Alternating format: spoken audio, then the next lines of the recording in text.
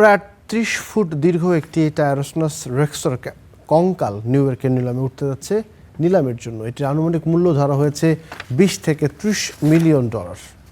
কঙ্কালটি প্রায় ৬৭ মিলিয়ন বছর আগের। এটি সাউথ ডাকোটার হার্ডিং কাউন্টির হেল ক্রিকে আবিষ্কৃত হয়। জীবাশ্মটি প্রায় ৬১% সম্পূর্ণ অবস্থায় রয়েছে। এতে আছে ১৮৩টি হাড়ের উপাদান এবং ৩০টি পাঁজর।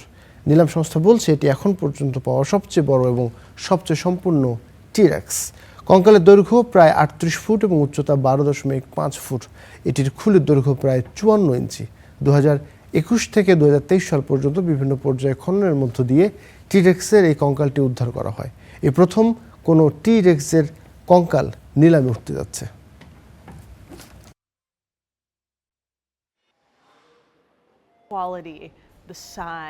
এই বিশাল প্রাণীগুলো যারা একসময় পৃথিবী শাসন করত তাদের বিলুপ্ত হয়ে যাওয়া আমাদের নিজেদের মৃত্যুর বিষয়েও ভাবতে সাহায্য করে। আমরা মনে করি আমরা এই গ্রহের সবচেয়ে শক্তিশালী বড় সত্তা, কিন্তু এটা আমাদের সাথেও ঘটতে পারে।